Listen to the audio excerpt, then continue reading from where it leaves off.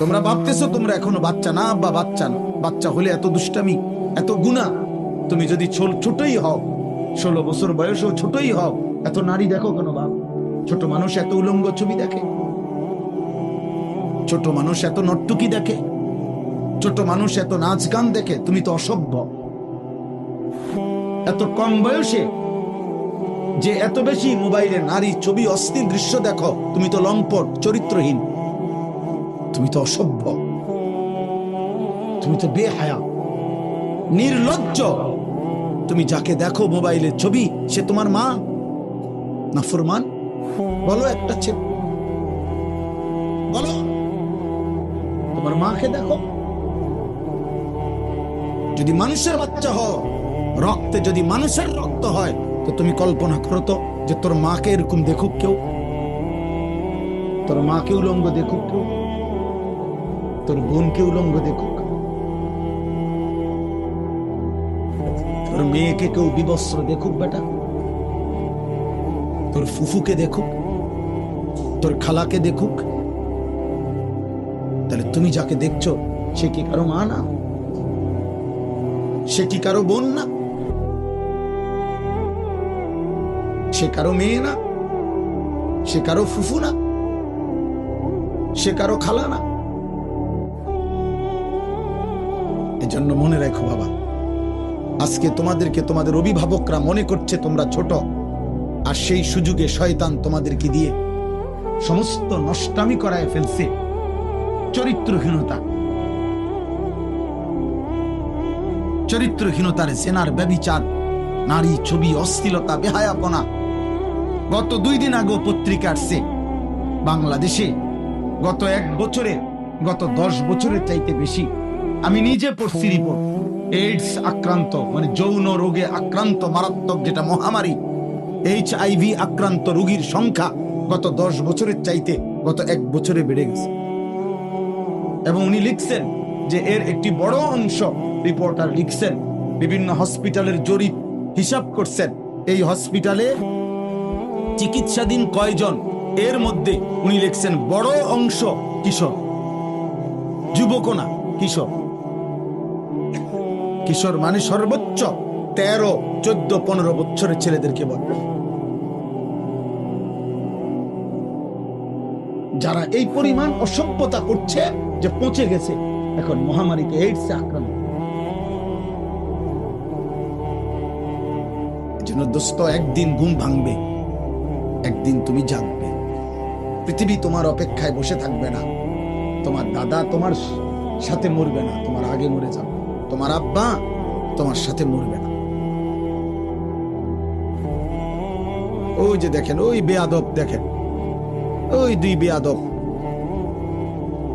চুরি করে, মানে এত এমন গাদ্দার, যে গাদ্দারের কথা হইল আমি শুনবো না, তোমার মতো হুজুর না, তোমার আব্বা বললো আমি শুনবো, আমি ছবি উঠা।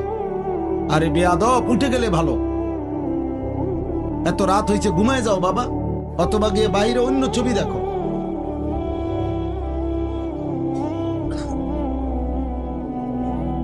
এই জন্য বললাম বাবা, এটা বুঝতে শেখো বাবা, আগামীর হায়াত অনিরাপদ হয়ে যাও। লাম তাজহারিল ফাহিশাতু ফি কওমিন হাত্তা ইউলিনু বিহা ইল্লা ফাশা ফীহিমুত তাউন ওয়াল আওজা আল্লাতী লাম তাকুন মাদাত ফি আসলাফিহিম আল্লাযীনা মাদাত।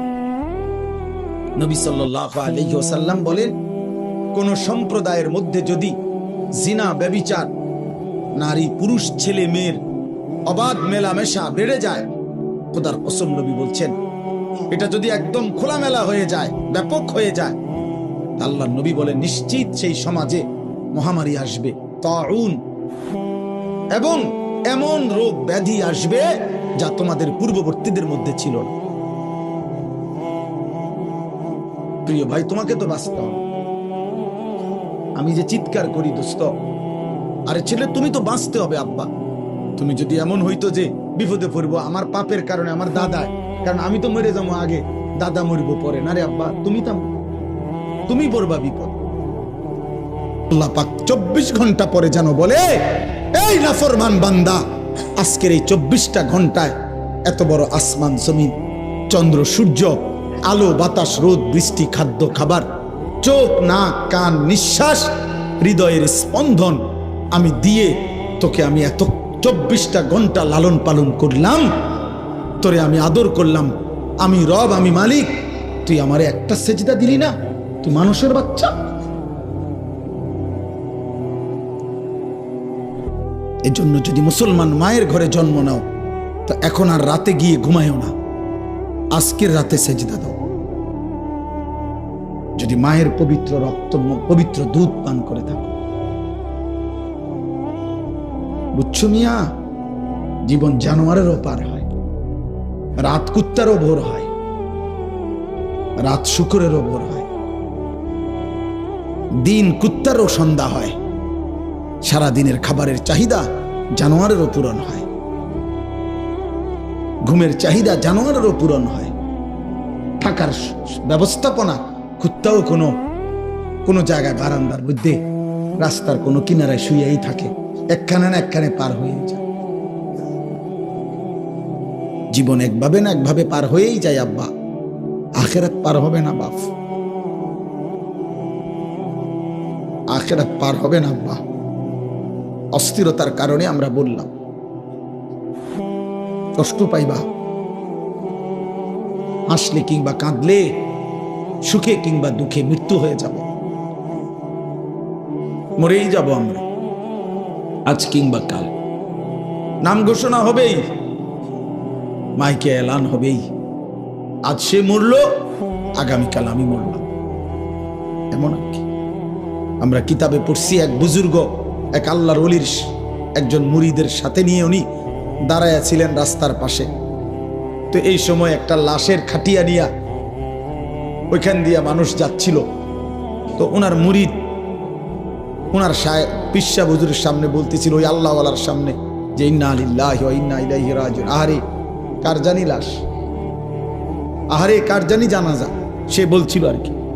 তখন আমরা কিতাবে পড়ছি, ওই বুজুর্গ সাথে সাথে চোখের পানি ফেলে দিয়ে বলছে, হয় তোমার লাশ নয় আমার লাশ। মানে এটা ভাবো, আজ হয়তো তার লাশ, আগামী দিন আমার লাশ, তারপর দিন তোমার লাশ, সিরিয়াল আসবে, নাম ঘোষণা হবেই, আজ না হয় কাল। প্রতিদিন প্রিয় ভাই, প্রিয় ছেলে, প্রিয় বাবা, প্রতিদিন তোমার বয়সী যুবক মৃত্যুবরণ করে। প্রতিদিন রোড অ্যাক্সিডেন্টে কিশোর যুবক মারা যায়, প্রতিদিন মোটর সাইকেল অ্যাক্সিডেন্টে কিশোর যুবকের পাও ভেঙে যায়, প্রতিদিন কবরে নওজোয়ান দাফন হয়, মাটিতে দাফন হয়, দাফন। এই জন্য মৃত্যু নিশ্চিত। ওয়াজাআত সাকরাতুল মাউত বিল হক। আল্লাহ বলে, বান্দা মনে রেখো, সত্য সত্য মৃত্যুর যন্ত্রণা আসবে। ফালাউলা ইযা বালাগাতিল হুলকুম ওয়া আনতুম হিনাইযিন তানদুরুন ওয়া নাহনু আকরাবু ইলাইহি মিনকুম ওয়ালাকিন লা তুবসিরুন। আল্লাহ বলে, বান্দা মালাকুল মউত আজরাইল যখন রূহটা টান দিবে আর কণ্ঠনালীর কাছে যখন এসে আটকায় যাবে, তখন ছটফট করবে, আর তোমাদের আত্মীয় স্বজন চারিদিকে অবাক নয়নে তাকিয়ে থাকবে। আমি আল্লাহ তখন সেখানেই থাকব। যদি কারো ক্ষমতা থাকে তো তোমাদের ওই মুমূর্ষ মৃত্যু পথযাত্রী ব্যক্তিকে তোমরা নিয়ে নাও, আমি আল্লাহ তাকে এখন মৃত্যু দেব, তোমরা পারলে রেখে দাও। আল্লাহ চ্যালেঞ্জ করে, ফালাউলা ইন কুনতুম গায়রা মাদিনিন। আল্লাহ বলেন, যদি বলো আখিরাত হবে না, যদি মনে করে থাকো না ফরমান পরকাল বলতে কিছু নাই, তারজিউনাহা ইন কুনতুম সাদিকিন, তাহলে তোমাদের স্বজনকে ফিরিয়ে রাখো, তোর আব্বারে রেখে দে, ওই যে তোর বাপ মরে যাচ্ছে। আল্লাহ বলেন, আমি তাকে এখন কবরের দিকে নেব, তুই তাকে দুনিয়ায় রেখে দে। আমি এখন তাকে মৃত্যু দেব, তুমি পারলে বান্দা তাকে রেখে দাও। পারবা তো বাপ? কথা বলে না। হাত্তা ইদা জাআ আহাদাহুমুল মাউতু ক্বালা রাব্বিরজিউন। আল্লাহ বলে যখন নাফরমানের মৃত্যুর সময় হয়, আজরাইল যখন এসে সামনে দাঁড়ায়, তখন নাফরমান চিৎকার দিয়ে বলে, আল্লাহ একটা বারের জন্য আমারে দুনিয়ায় থাকতে দেন, আর কিছুদিন থাকতে দেন, লাআল্লি আমালু সালিহান ফীমা তারাকতু। যে আমলগুলো আল্লাহ ইতিপূর্বে করি নাই সবগুলো নেক আমল এবার যদি থাকতে পারি করব। কাল্লা, আল্লাহ বলবেন না, কখনোই না। আল্লাহ আমাদেরকে বুঝদান করেন। আমার ভাই, আমার বাবা, প্রত্যেককে বলি, আমাকেও বলি, আপনাকেও বলি, বয়স্ক চাচা আপনাদেরকেও বলি, আপনাদেরকেও বলি, গুনাহ ছাড়েন, গুনাহ ছাড়েন, গুনাহ ছাড়েন, গুনাহ ছাড়েন, গুনাহ ছাড়েন। এই দাদা চাচা, গুনাহ আগুন, গুনাহ। চা দোকানের আড্ডা বন্ধ করেন, নাটক সিনেমা দেখা বন্ধ করেন, টেলিভিশনের নর্তকী দেখা বন্ধ করেন, কথায় কথায় গালিগালাজ করা বন্ধ করেন, সুদের টাকা বন্ধ করেন, আব্বা কিস্তি লওয়া বন্ধ করেন। এই বুড়া মিয়া জাহান্নামে যাবেন, জাহান্নামে, জাহান্নামে। কিস্তি আপনারে জাহান্নামে নেবে, সুদ আপনারে জাহান্নামে নেবে, বিড়ি আপনারে জাহান্নামে নেবে, চা দোকানের টেলিভিশনের আড্ডা, নর্তকীর নাচ দেখা আপনারে নর্তকী নাচতে নাচতে জাহান্নামে ফেলবে, জাহান্নামে। ওয়া ইন্নাল ফুজুরা ইয়াহদি ইলান নার।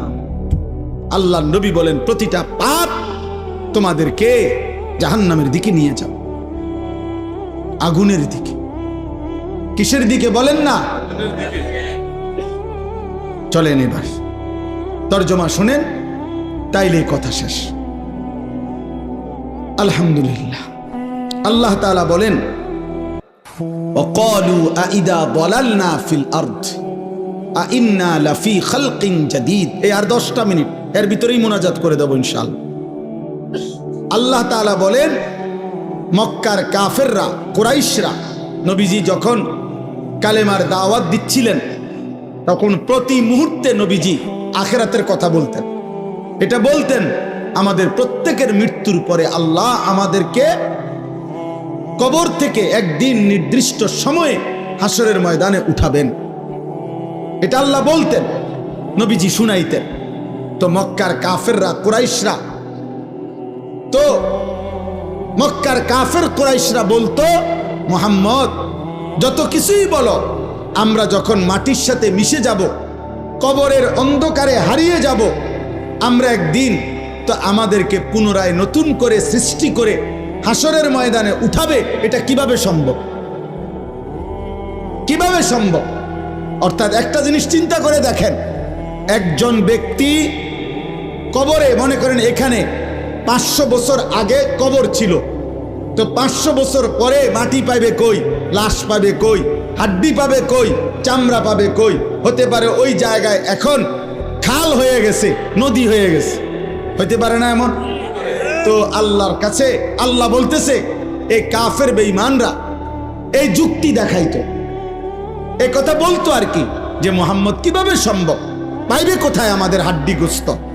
আল্লাহ বলেন, হায় বন্ধু, আমি আল্লাহর ক্ষমতার ব্যাপারে এরা সন্দেহ পোষণ করছে, অথচ আমি জীবন দিলাম, আমি মৃত্যু দিলাম, তাহলে যিনি জন্ম দিলাম, সৃষ্টি করলাম, যেই আমি আল্লাহ আবার মৃত্যু দিলাম, তো সেই আমি আল্লাহ পুনরায় সৃষ্টি করতে পারবো না কেন? এটা তো একটা সহজ কথা। সৃষ্টি করলেন কে? আল্লাহ। মৃত্যু দিলেন কে? আল্লাহ। এই দুইটা যিনি পারলেন, তো 3 নম্বর আখিরাত উনি পারবেন না কেন?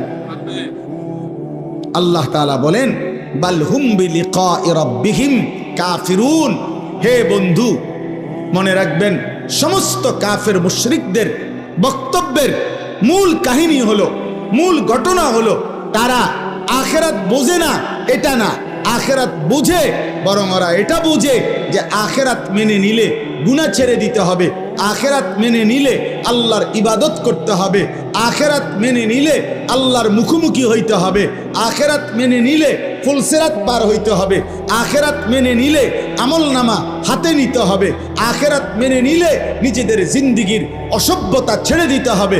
এই জন্য এগুলো চায় না, পছন্দ করে না, মানে আমার গোলামি করবে না, আমার নাফরমানি ছাড়বে না, এই জন্য বলে আল্লাহ আখেরাত করতে পারবে না। আসল কথা হইল এরাও বোঝে পারবে, কিন্তু এই বাস্তবতা ইচ্ছা করে বুঝেও না বুঝার ভান করে অস্বীকার করে। নাউজুবিল্লাহ। এবার আল্লাহ বলেন, এই দেখেন তর্জমা শুনেন, একবার সহজ তর্জমা। আল্লাহ তাআলা বলেন, কুল, হে নবী আপনি বলে দেন, ইয়াতাওয়াফাকুম, আরে ভাই কথা বলো না বাবা, কথা বলো না, যারা দূরে যাচ্ছ যাও, কোনো সমস্যা নাই, কথা বলো না আব্বা। কুল ইয়াতাওয়াফাকুম মালাকুল মাউত আল্লাযী ওয়াক্কিলা বিকুম। এ শুধু অনুবাদ বললে আপনি বুঝবেন। আল্লাহ বলেন, হে নবী আপনি বলে দেন, তোমাদের প্রত্যেককে আমি আল্লাহর পক্ষ থেকে নির্ধারিত ফেরেশতা মালাকুল মউত আজরাইল তোমাদের মৃত্যু ঘটাবেন, জান কবজ করবেন, মানো কিংবা না মানো, ঘুমে থাকো সজাগ থাকো, হাসো কিংবা কাঁদো, রাতে কিংবা দিনে, একাকী কিংবা প্রকাশ্যে, সুখে কিংবা দুঃখে, রাজপ্রাসাদে কিংবা কুড়ে ঘরে, আমি আল্লাহর হুকুমে আজরাইল তোমাকে মৃত্যু ঘটাবেই ঘটাবে, জান কবজ করবেই করবে কিনা বলেন? মৃত্যু হবে তো? ইতিপূর্বের মানুষগুলোর মৃত্যু হয়েছে তো, তাহলে আমাদের মৃত্যু হবে না কেন? আমার দাদা মরলো কেন, আমি মরবো না কেন? আমার বাপ মরলো কেন, আমি মরবো না কেন? তার মানে পূর্বসূরীরা মারা গেছেন, আমরাও মৃত্যুবরণ করি। সুম্মা ইলা রাব্বিকুম তুরজাউন, আল্লাহ বলেন অতঃপর তোমাদের সকলকে আমি আল্লাহর সামনে কিয়ামতের দিন একত্র করা হবে। তাইলে এই দুইটা কথা, এটাই মূল কথা। আল্লাহ বলে, বান্দা আজ যেমন চোখে দেখছ মৃত্যু হবে, এটা যেমন চোখে দেখার কারণে মেনে নিচ্ছ, অচিরেই এটাও শুনো আখিরাত হবে, সেটাও চোখে দেখবা, সেদিনও তুমি মানতে চাইবা, আবার আসতে চাইবা, কিন্তু আমি আল্লাহ ফেরত দেব না। এই দেখেন এরপরের আয়াত, আল্লাহ বলেন, ওয়ালাউ তারা ইদিল মুজরিমুনা নাকিসু রুউসিহিম ইনদা রাব্বিহিম। বন্ধু নবী আমার, সেদিন হাসরের ময়দানে দেখবেন এই আমি আল্লাহ যাদেরকে একত্র করছি, এই নাফরমান পাপীরা, অবাধ্য মুশরিক বেঈমান পাপী, আমার অবাধ্য বান্দারা আমি আল্লাহর সামনে মাথা নুয়ে লজ্জায় অপমানে দাঁড়িয়ে থাকবে। এক, দাঁড়িয়ে কি করবে? বলবে আল্লাহর কাছে, রব্বানা আবসারনা ওয়া সামি'না, আল্লাহ আজকে গোটা হাসরের ময়দান আমি নিজ চোখে দেখলাম, ওয়া সামি'না নিজ কানে সব কথা শুনলাম, ইন্না মুকিনুন আজ আমি পুরা বিশ্বাস করলাম, ফারজি'না না'মাল সালিহান, অতএব এই আখিরাত থেকে হাসরের ময়দান থেকে আপনি আমারে আরেকবার দুনিয়ায় পাঠান, এবার যদি পাঠান আমি নেক আমল করব। কি শূন্য কি বলা উচিত? সুবহানাল্লাহ। কি লেগে সুবহানাল্লাহ? বুঝেন নাই হিসাবটা? উনি এখন নেক আমল করার সুযোগ চাচ্ছে কখন? আখিরাতে গিয়া। বলতেছে আজ, ওই যে আমি বললাম আজ আমরা মৃত্যু দেখি, এজন্য মৃত্যুর ব্যাপারে ইয়াকিন আমাদের, সেদিন আখিরাতও আমরা দেখব, হাসরের ময়দানও আমরা দেখব, হাসরের মাঠও আমরা দেখব। আর নাফরমান পাপী আল্লাহর সামনে মাথা নুয়ে বলবে, আল্লাহ সব দেখলাম, সব শুনলাম, মানলাম, আমারে আরেকবার দুনিয়ায় পাঠান, আমি এবার গেলে নেক আমল করব। খোদার কসম আল্লাহ বলবেন, ওয়ালাউ শি'না লাআতাইনা কুল্লা নাফসিন হুদাহা। এই নাফরমান বান্দা, আমি তো ইচ্ছে করলে দুনিয়ায় থাকতেই তোকে বাধ্য করে আমার বন্দিগি করাইতে পারতাম। পারতো? আমাদের এই সবগুলো লোককে নামাজ পড়াইতে, সেজদা দেওয়াইতে আল্লাহ সম্ভব? আল্লাহর পক্ষে আল্লাহ পারবেন? কথা বলেন না। আমরা যারা এক ওয়াক্ত নামাজ পড়ি না, আল্লাহ আমাদের সাথে পারবে তো? আল্লাহ আমাদের উপরে শক্তি প্রয়োগ করলে আমরা সেজদা দিতে বাধ্য হব তো? কিন্তু প্রশ্ন হইল তখন পুরস্কার দিবে কেন? যদি বাধ্যই করে, যদি আল্লাহ বল প্রয়োগ করাইয়া আমার সেজদাই করায়, তো পুরস্কার কিসের আবার? এইটা হলো মূল। আমি যদি এখন এই লাইটটাকে বলি, হে লাইট, এ আজকের মাহফিলে তুমি 6 ঘন্টা ধরে নীরবে সুন্দরভাবে জ্বলে থাকার কারণে তোমাকে 100 টাকা গিফট করলাম, তো লাইট কি বলবে? জি না, না আমার কৃতিত্ব কি? এটা সুইচওয়ালার হাতে সব। ওই বন্ধ করে দিলে আমি বন্ধ, ওই জ্বালায় রাখলে আমি জ্বালাইয়া রাখে, তো এখানে আমার ক্রেডিট কি? আমার কীর্তন পুরস্কার দিবে? পৃথিবীর কেউ এই জন্য লাইটকে পুরস্কার দিবে না। চাইলে আল্লাহ যদি আমাদেরকে জবরদস্তি করে বাধ্য করাইয়া বন্দিগি করায়, আজকে যারা যারা আমরা নামাজ পড়ি নাই, মনে করেন ভাই, আমরা ঘুমের সময় যদি ফেরেশতা একটা থাপ্পড় মারে, একটা চটকনা ঠানা চটকনা মারে, যে ওঠ একটা সেজদা দে, এক থাপ্পড়ে তো তার 14 গোষ্ঠী আর কোনোদিন নামাজ ছাড়বে না। ফেরেশতার শক্তি তো অসম্ভব। এই জন্য বললাম, তা আল্লাহ বলেন আমি চাইলে তো পারতাম বান্দা, জোর করে তো তোমারে বন্দিগি করাইতে পারতাম, কিন্তু তখন আমি পুরস্কার দেব কেন? তখন আমি পুরস্কার দেব কেন? এই জন্য আল্লাহ বলেন আমি তো সেদিন দুনিয়ায় কোরআনের মাধ্যমে, নবী রাসূলের মাধ্যমে, আমার ওয়াহির মাধ্যমে, কত লক্ষ উলামায়ে কেরামের মাধ্যমে, কত ওয়াজ, কত মাহফিল, কত জুমার বয়ান, কত চোখের পানির বিনিময়ে আমি তোমার কাছে কথা পৌঁছাইছিলাম যে বান্দা, আমারে না দেখে, আখিরাত না দেখে তুমি আজকে দুনিয়ায় আমার গোলামি করো, বন্দিগি করো। আজকে আখিরাতে আমি ইচ্ছে করেছিলাম, চেয়েছিলাম তুমি দুনিয়ায় আমারে সেজদা করবা, আজ আমি আখিরাতে নিজ হাতে তোমার হাতে পুরস্কার তুলে দেব। কিন্তু তুমি আমার কথার কদর করলা না, তুমি আমার কথা পাত্তা দিলা না। ওয়ালাকিন হাক্কাল কাউলু মিন্নি লাআমলাআন্না জাহান্নামা মিনাল জিন্নাতি ওয়ান নাসি আজমাইন। অতএব হে নাফরমান, আজ আমার চূড়ান্ত ফয়সালা, আমি আল্লাহ তোমার মতো নিকৃষ্ট নাফরমান বেঈমান মানুষ এবং জিন দিয়ে আমার জাহান্নাম পূর্ণ করব, পূর্ণ করব। আজ আমি মাফ করব না, বিচার করব। সেদিন আমি দুনিয়ায় মাফ করতে চেয়েছিলাম, আল্লাহ এখন আমাদেরকে মাফ করবে এ কথা বলছি কিনা? কথা বলেন না কেন? এ আজকেও মনে করো, তোমরা যতগুলো ছেলে, যে কয়জন এখনো আসো, তোমরাও যদি খোদার কসম আল্লাহর উপরে ঈমান ঠিক রেখে শিরিক মুক্ত হয়ে যদি তোমরা তোমাদের পিছনের জিন্দেগির গুনাহ, বেনামাজি জীবন, গুনার জীবন থেকে তওবা করে 1 ফোঁটা চোখের পানি ফেলতে পারো, খোদার কসম আল্লাহ বলে আমি তোমার 90 বছরের গুনাহ একসাথে মাফ করে দেব। আসমান পরিমাণ গুনাহ মাফ করে দেব, পাহাড় পরিমাণ গুনাহ মাফ করে দেব, সমুদ্রের ফেনা পরিমাণ গুনাহ মাফ করে দেব। তো আল্লাহ তো এখন মাফ করতে রাজি কিনা? বলে না? আমরা আপনাদেরকে বলছি কিনা? কোরআন বলছে কিনা? নবীজি শুনাইছে কিনা? তো এত কিছুই আপনাদের কলজা লড়াইতে পারলো না। আল্লাহ বলেন সেদিন আমি বলছিলাম তো বান্দা, কিন্তু আজ আমি হাসরের ময়দানে মাফ করব না। আজ তো বিচারের দিন, আজ যার যা প্রাপ্য তাই পাব, যার যা প্রাপ্য তাই পাব। আজকে হিসাবে জান্নাত আসলে জান্নাত, হিসাবে জাহান্নাম আসলে জাহান্নাম। আজ ওজনে যা আসে তাই, আজ কোনো কথা নাই, আজ কোনো কথা নাই।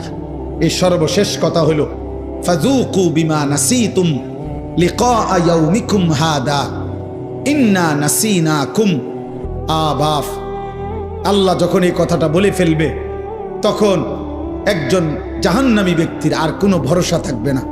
জাহান্নামী ব্যক্তিকে আল্লাহ সর্বশেষ বলে ফেলবে, হে আমার নাফরমান বান্দা, দুনিয়ার জীবন থাকতে তুমি আমার আখেরাতকে, আজকের এই দিনকে ভুলে গিয়েছিলে, আজ আখেরাতে আমি আল্লাহ তোমাকে ভুলে গেলাম। যাও তোমার বন্ধুদেরকে ডাকো, তোমার যারা মাস্তান বাহিনী সান্দাবাস তা করে ডাকো, তোমার না সাফাতি আছে, রামদা আছে, ডাকো। ওই যে দেখেন দোস্ত, এটা অসভ্যতা। প্রাপ্তবয়স্ক ছেলে, বালেক ছেলে একজন আরেকজনকে জড়াইয়া ধরা, এটা অসভ্যতা, এটা অশ্লীলতা, এটা বেহায়াপনা, এটা নোংরামি, এটা নোংরামি, এটা শাহওয়াতের গোলামি। হাইসো না, তামসা মনে করো না, নিজেরে নিজে নষ্ট করে দিও না। আমি বললাম কমপক্ষে 15 বছর থেকে 14 পরে 15 বছর বয়স যখন ছেলেটার হয়, তখন সে বালেগ হয়, তার বীর্যপাত হয় যে কোনো সময়, তখন সে প্রাপ্তবয়স্ক, তার উপরে গোসল ফরজ হয়, তখন তার ভিতরে যৌন চাহিদা পূর্ণ থাকে। তখন থেকে, সেই থেকে যেই সমস্ত ছেলে পেলে এরকম প্রচন্ড আকর্ষণে একজন আরেকজনকে জড়ায়া ধরে, এটাও সমকামিতার অংশ, এটা গুনার অংশ, এটা ভালোবাসা না, এটা বন্ধুত্ব না, এটা অবৈধ, এটা অসভ্যতা। তুমি তাকে এইভাবে প্রচন্ড ভাবে জড়িয়ে ধরবা কেন? বলবেন আপনি হুজুর আর একটু বেশি বাড়াবাড়ি।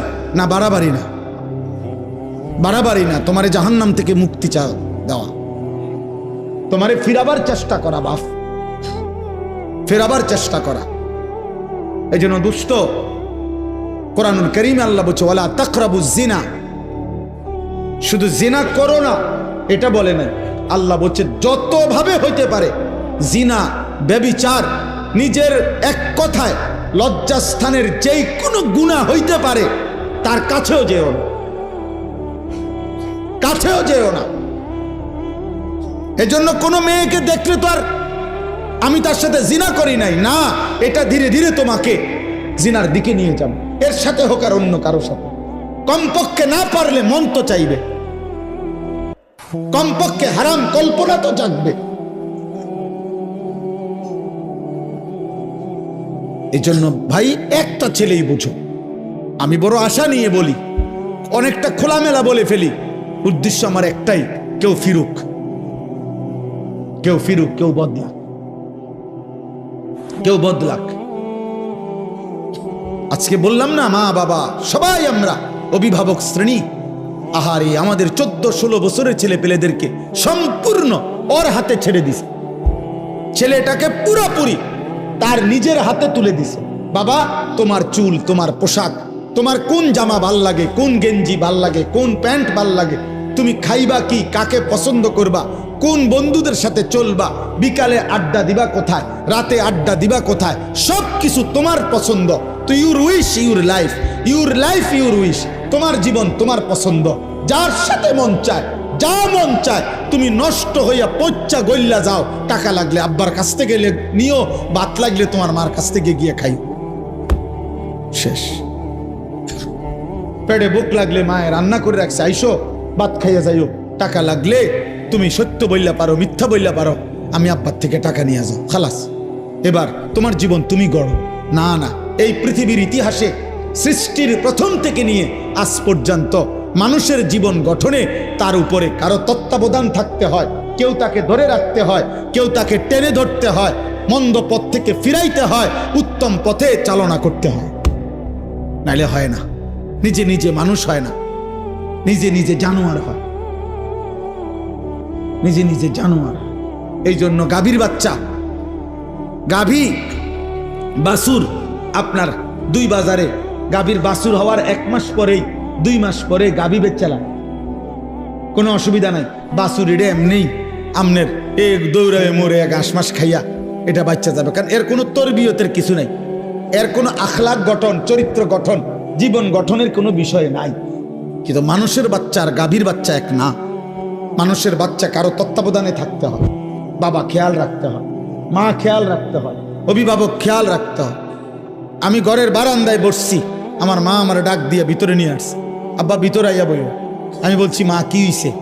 মা বলছে ফুত, ওই বাসার কাজের মেয়ে তোর দিকে তাকায় ছিল, মা দেখছি, এই জন্য তোরে ডাইকে নিয়ে আসছে। আমার পুরা জীবনে আমি একটা টুপি, লাল 4টা ফুলওয়ালা, একবার একটা টুপি করছিলাম, আমার আব্বা আমার টুপি খোলায় ফেলছে। বলছে না আব্বা ঠিক আছে, আমি জীবনে কোনোদিন বাবা সাদা টুপি ছাড়া অন্য টুপি পরি নাই, তুইও পরিস না। না জায়েজ না, রঙিন টুপি কি নয়, হারাম বলতেছি না, কিন্তু বাবার একটা কি কথা খুলে ফেলছে। আমি জীবনে একবার শুধু একটা পাঞ্জাবি আপনার এই বুতামের কাছে এমব্রয়ডারি করা এদিক দিয়া রেডিমেড একটা পাঞ্জাবি কিনছিলাম। আমার বড় ভাই প্রথম যে বেলা পড়ছি, বড় ভাই দেখেই আমার গায়ের থেকে ধৈর্য, গায়ে পড়া অবস্থায় টান দিয়ে সিরা টুকরা টুকরা করে ফেলা গেছে। কেউ ধরে রাখতে হয় বাপ, কেউ ধরে রাখতে। আজ তোমাদেরকে ছেড়ে দিছে বাবা যে আব্বা ধর, তোর 12,000 টাকার মোবাইলের কাছে তোকে তুলে দিলাম, তোর 16,000 টাকার মোবাইলের হাতে তুলে দিলাম, তোর জীবন তোর হাতে। যার কারণে বদনসিব সন্তান আর কোনোভাবেই আল্লাহও চেনে না, আখেরাতও চেনে না, ডানও চেনে না, বামও চেনে না, কর্তব্যও চেনে না, করণীয় বুঝে না। কি খায়, কি করে, কার মতো চুল রাখে বলতেও পারত না। বাস্তবতা এটা, মানে তার তো কোনো অভিভাবক নাই। কে তার চুল ঠিক করে দিবে? কে তার চেহারা ঠিক করে দিবে? কে তাকে বুঝায় দিবে যে দাড়ি লম্বা করো? কে তাকে বুঝায় দিবে মুছ ছোট করো? কে তাকে বুঝায় দিবে টয়লেট পেপার ব্যবহার করো? আমি তো আলহামদুলিল্লাহ আমার 9 বছরের বাচ্চাকেও এখনো বলি, আব্বু টয়লেট পেপার নিছো কিনা? ওরে বারবার মনে করাই দিছি। ফজরের নামাজে আলহামদুলিল্লাহ এমনি বুঝাচ্ছি, দাঁড়ায় থাকি তো ছেলে আমার উঠলে বাপ্পু তজু করে তো মসজিদের জামাতে যাইতে চেষ্টা করি। এটা আমার জিম্মাদারি। আপনাদেরকে কিছু বলা, এটা যদি আমার দায়িত্ব হয়, আমার সন্তানকে ঈমান আমল শিখানো, আমার বিবির ঈমান আমলের দিকে নজর রাখা, আমার মেয়ের ঈমান আমলের দিকে নজর রাখা, খোদার কসম এটা আমার আপনাদের চাইতে বেশি দায়িত্ব। আপনাদেরকে বলা এটার চাইতে ওইটা আমার কি বেশি দায়িত্ব। অতএব শেষ কথা এটাই, আযুকু আযাবাল খুলদি বিমা কুনতুম তা'মালুন। আল্লাহ বলে, বান্দা সেদিন তুমি আমাকে ভুলে গেছিলে, আজ আখিরাতে আমি তোমাকে ভুলে গেলাম। অতএব অনন্তকালের জন্য আযাবাল খুলদ, খুলদ মানে অনন্তকাল, অনন্তকালের জন্য তুমি তোমার মন্দ কর্ম নাফরমানির বদলায় জাহান্নামের আযাব ভোগ করতে থাকো। যা নাফর, আজ তোকে আমি চিনি না, যা। এবার তোর কোন বাপ থাকলে তুই বল গিয়া তোর বাপের সুপারিশ করতে, যা, তোকে জাহান্নাম থেকে বাঁচাই। আল্লাহ যদি কারো জাহান্নামের ফয়সালা দেয়, তাকে ফিরাবে কে? নবী তো সুপারিশ করবে, নবী ফয়সালা দেবে না। আপনি না বুঝলে আবার জিগায়েন বালা হুজুরে, বুঝের হুজুরে জিজ্ঞাসা করে, বুঝ মানে আলেমকে। নবী সাল্লাল্লাহু আলাইহি সাল্লাম সুপারিশ করবে। সুপারিশ মানে ফয়সালা, সুপারিশ মানে আবেদন, আবেদন। দরখাস্ত মানে ফয়সালা। দরখাস্ত কারো কাছে দিতে হয়, অন্য কেউ এটা কি করে? মঞ্জুর করে। তো নবী তো সুপারিশ করবেন, ফয়সালা দেবে কে?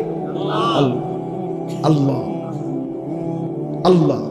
এজন্য নবীজিকে আল্লাহ বলছে, বন্ধু এ পরিমাণ আমি জাহান্নাম থেকে মুক্তি দেব, আপনার উম্মত জান্নাতে আমি এত বেশি পরিমাণ দেব, আপনার মুখে হাসি ফুটবে।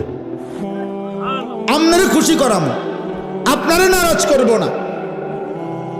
আল্লাহ আমাদের প্রত্যেককে ঈমান আমল দান করেন। আল্লাহ আমাদের প্রতিটা সন্তানকে কবুল করেন। এই মাদ্রাসা আল্লাহ কবুল করেন, এই এতিমখানা আল্লাহ কবুল করেন। এই মাদ্রাসা আল্লাহ সরকারি মাদ্রাসা, এখন দাখিল না আলিম, দাখিল মাদ্রাসা আল্লাহ কবুল করে নেন। আলহামদুলিল্লাহ আমার ভাই হাফিজ ইয়াসিন ভাই, মৌলানা ইয়াসিন ভাই দীর্ঘদিন যাবত এই মাদ্রাসা হেফজখানা নিয়ে মেহনত করছে। আলহামদুলিল্লাহ সেই নাসির ভাই যখন আমার কাছে গেছিলেন, বলছিলেন, সেই থেকে নিয়ে নিয়মিত আমরাও মাঝে মধ্যে যখনই সুযোগ পাই আসতে চেষ্টা করি। আজকেও সেই সূত্রে আসলাম। আমরা আপনাদেরকে ভালোবাসি, আপনারাও আমাদেরকে মহব্বত করেন, আমরা জানি। প্রিয় যুবক ভাই, নওজোয়ান ভাই, সবার কাছে বলি, আব্বা এমন সুন্দর জীবন নষ্ট করো না। এই পৃথিবীতে চরিত্রহীনতায় মৃত্যু হইলে নারী, ছবি, জিনা, ব্যভিচার, মদ, জুয়া, অসৎ চরিত্র নিয়ে দোস্ত মৃত্যু হলে খোদার কসম আব্বা তোকে কেউ মনে রাখবে না, তোরে কেউ মনে রাখবে না বাপ। কোন নাফরমানকে পৃথিবী মনে রাখে না রে বাপ। কোন পাপীকে পৃথিবী সম্মানের সাথে স্মরণ করে না। ফেরাউনের নামে পৃথিবীর কোন কুত্তার নামও নাই। নমরুদের নামে পৃথিবীর কোন কুত্তার নামও নাই। কিন্তু যখন জীবিত ছিল তখন তো দুনিয়া ভোগ করছে, করছে না? ফেরাউন তো বাদশা ছিল, তো হে কি ভানি ভাত খাইছে? সে কি শুধু ডাল ভাত খাইছে? নমরুদ তো বাদশা ছিল। সবচেয়ে বেশি অঞ্চলের বাদশাহ পৃথিবীতে যে কয়জন, তার মধ্যে নমরুদ একজন। আবু জেহেলের নামে পৃথিবীর কোনো কুত্তার নামও নাই, কিন্তু সেদিন আবু জেহেল যেই সাহাবাদেরকে জুলুম করছে, ওই সাহাবাদের নামে পৃথিবীর কোটি কোটি ইমানদারের নাম আছে। উমাইয়া ইবনে খালফ যেই বেঈমান হযরত বেলালকে কষ্ট দিছে, তার নামে পৃথিবীর কোনো জানোয়ারের নামও নাই, কিন্তু বেলালের পবিত্র নাম কোটি কোটি ইমানদারের আছে। মুমিনের নাম থাকে। আমি একটা ছেলেকেই বললাম, একজনকে, তোমাকেই বলছি ভাই, আমি ভোটের আশায় না যে সবার ভোট দরকার, আমি ভোটের আশায় তো আসি নাই, আমি আসছি আখিরাতের আশা। এজন্য দয়া করে চলেন আজকের এই কালাচাঁদ কান্দি মাদ্রাসা এতিমখানার এই মুবারক মাহফিলে এই শেষ বেলায় আমরা দোয়া করি মালিকের কাছে। আর প্রত্যেকটা ভাই, যুবক, কিশোর, বয়স্ক বাবা নিজ নিজ ঈমান, আমল, আখিরাতের জন্য, গুনাহ ছেড়ে দেওয়ার জন্য আমরা দোয়া করি। ছেলেরা তুমি ফিকির করো, আল্লাহ বরকত দেবে ইনশাআল্লাহ। প্রতিদিন আমি আশার খবর বলি, প্রতিদিন এই গুনার রাজ্যে, গুনার এই সয়লাবের মধ্যেও প্রতিদিন উল্লেখযোগ্য পরিমাণ ছেলে পেলে, কিশোর, যুবক, মুসলিম প্রত্যেক দিন আলহামদুলিল্লাহ বাংলার জমিনে গুনাহ আর অসভ্যতা ছেড়ে দিয়ে আল্লাহর পথে ফিরতেছে আলহামদুলিল্লাহ। এমন ছেলের খবর যদি তোমার দরকার হয় আমার সাথে যোগাযোগ করো,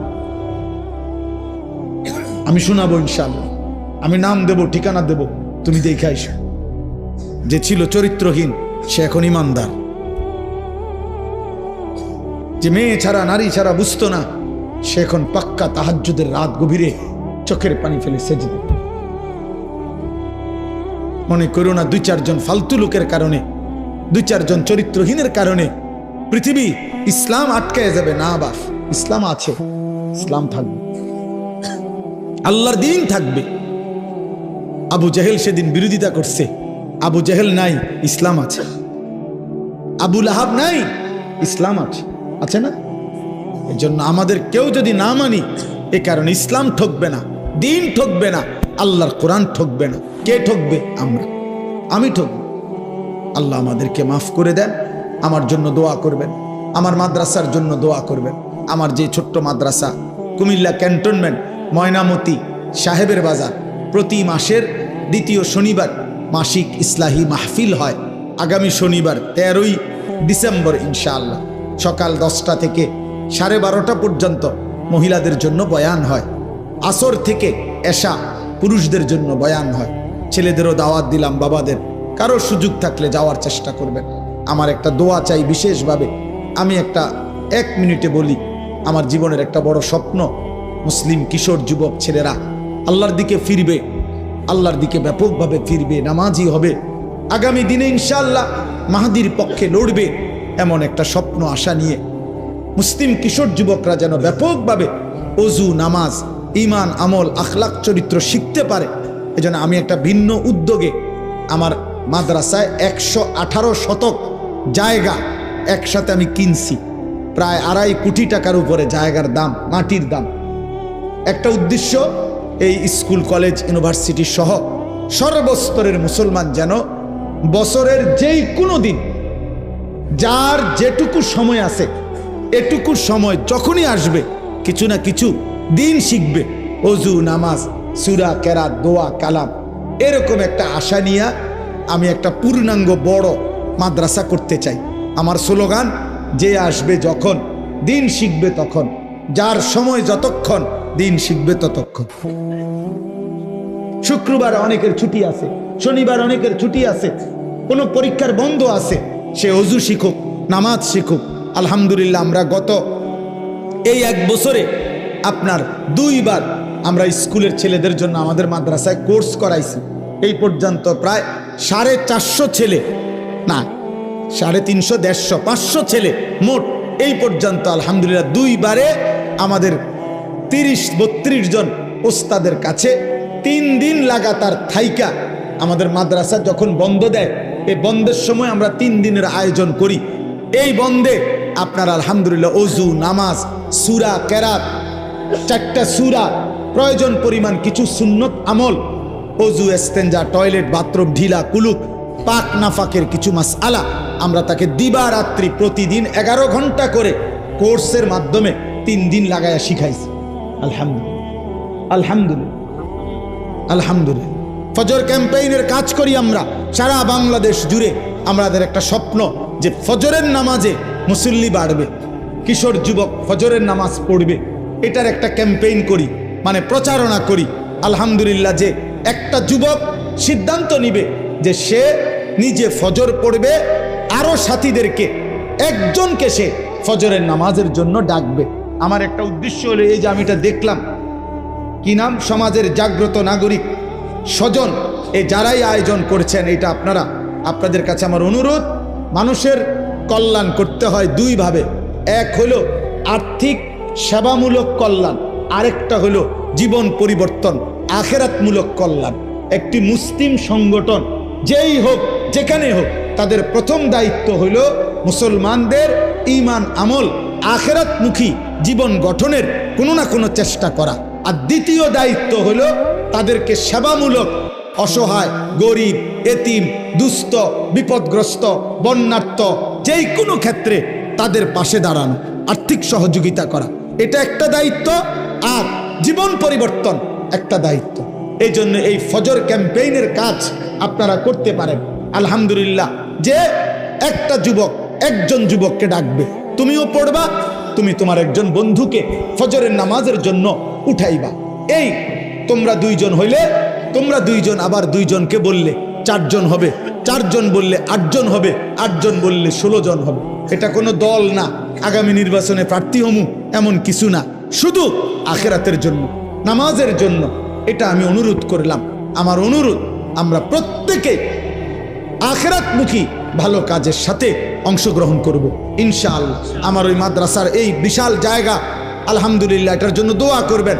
আর্থিকভাবে যদি কারো সুযোগ হয় সহযোগিতাও করবেন। এই 2.5 কোটি টাকার জায়গা, অনেক আল্লাহর বান্দা সারা বাংলাদেশ থেকে যে যেমনে যেটুকু দিচ্ছে, আমরা সুদ করতেছি, প্রায় 1.5 কোটি টাকা সুদ হয়েছে, আরো বাকি আছে অনেক টাকা। 4200 টাকা এক মুসল্লা পরিমাণ, নামাজের জায়নামাজ পরিমাণ জমির মূল্য। এই টাকাটা আমরা একটা কাগজের মাধ্যমে প্রচার করি, যদি কেউ দেয় আমরা তাকে আমাদের মাদ্রাসার আজীবন উন্নয়ন সদস্য হিসেবে উনার নাম উঠাই। প্রতিটা দোয়ায় সাদকায়ে জারিয়ার সওয়াব হিসাবে উনি ইনশাআল্লাহ পাইতে থাকবে, কম বেশি আরও হইতে পারে। যে জন্য বললাম, আপনারা আমারে মহব্বত করে, আমিও আপনাদেরকে মহব্বত করি। আল্লাহ আপনাদের প্রত্যেককে ভালো কাজে, নেক কাজে অংশগ্রহণ করার তৌফিক দান করে।